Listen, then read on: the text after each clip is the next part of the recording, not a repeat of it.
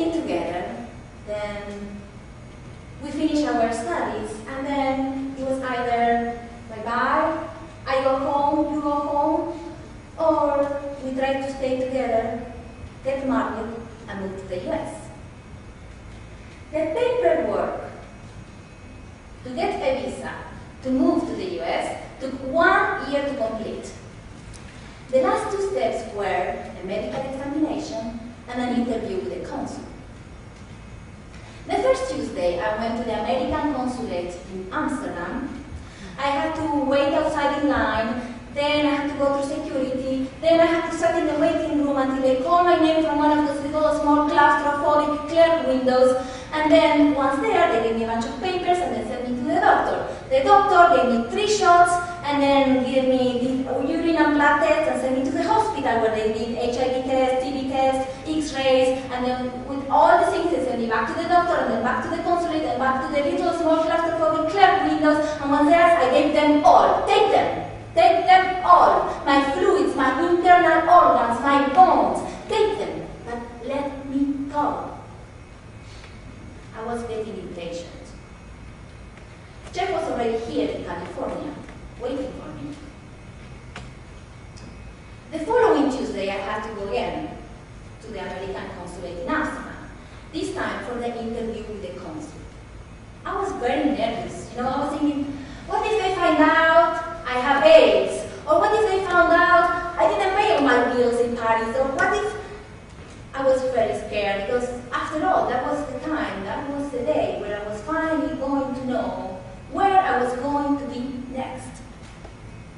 So I went again to the consulate, waited outside in line, went through security, sat in the waiting room until they called my name from one of those little small claustrophobic clerk windows, and once there, I thought, well, I guess they want to tell me now when the consul would see me.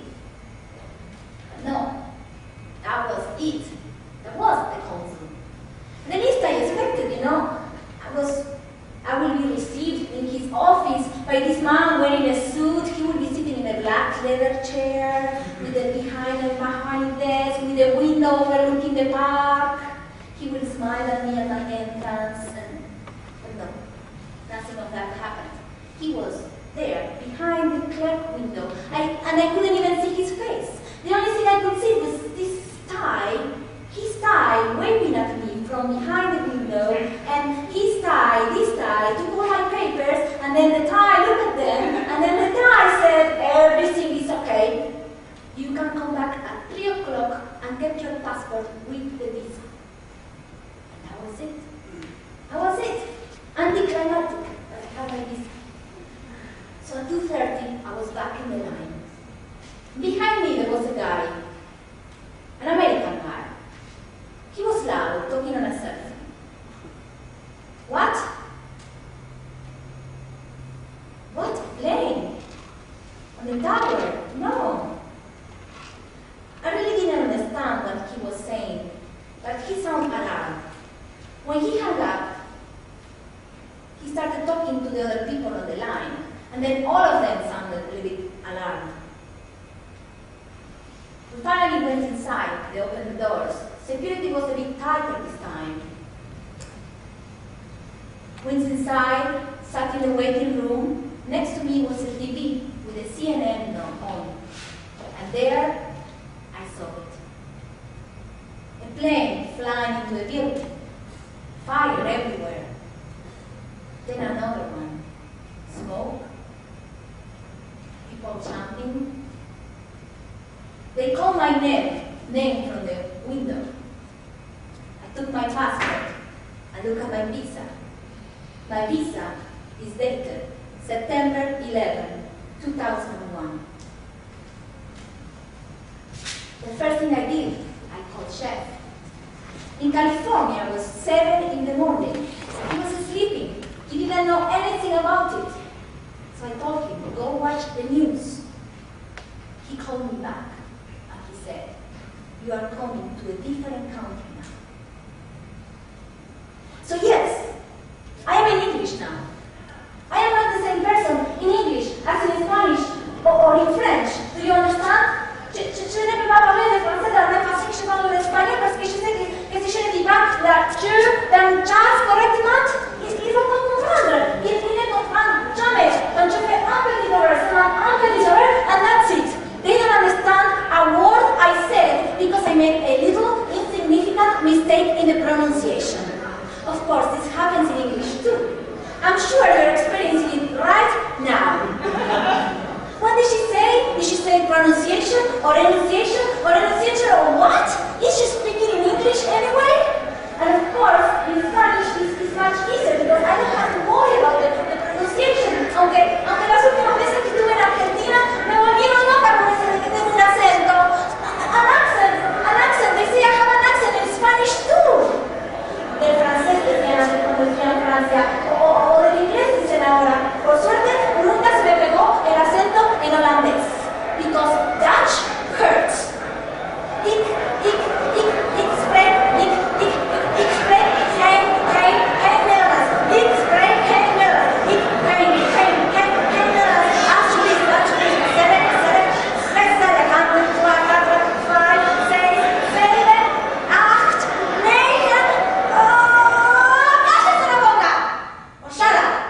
Anyway.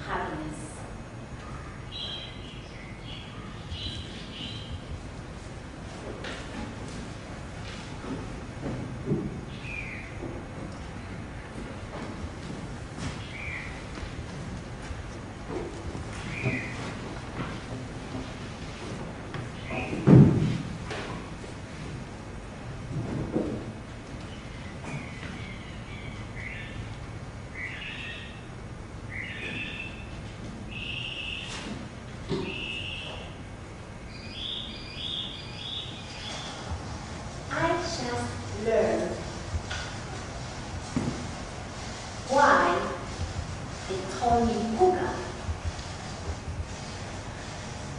I asked my mom before, and she usually said, Marita was too young when you were born. She was only 14 months old. So Maria de Los Angeles was too long for her. We had to find a short nickname for you. I like Cuca. I'm called you Cuca. But I always wondered, why Cuca and not Coca, Chela, Nina, Tota, Porota, Nena, Nina? Why Cuca? So this time she said, Marita was very jealous, very jealous when you were born.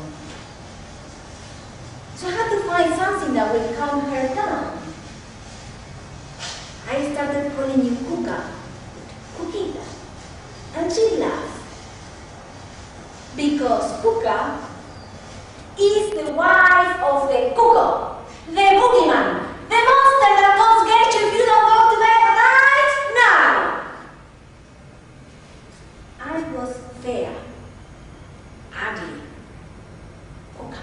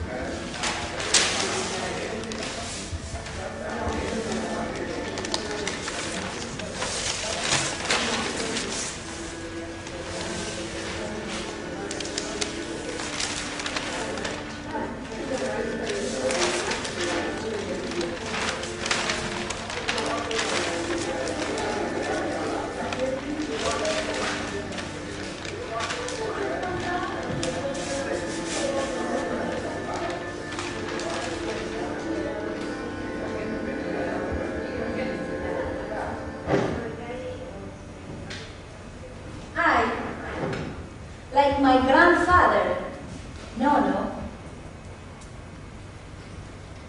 chose to be a foreigner. He left Italy because the opportunity came to him in a difficult time. After the Second World War had devastated his country and his village. I left Argentina because the opportunity came to me in a difficult time. After devastating inflations raised prices 5 times a day, but didn't raise salaries. But he had what he needed in Argentina, in Italy.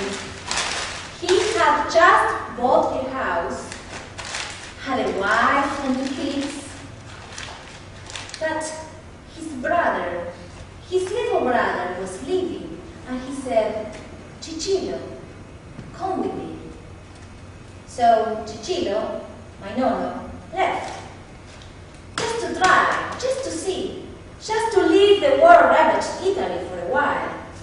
Capriccio de Juventud, as he says.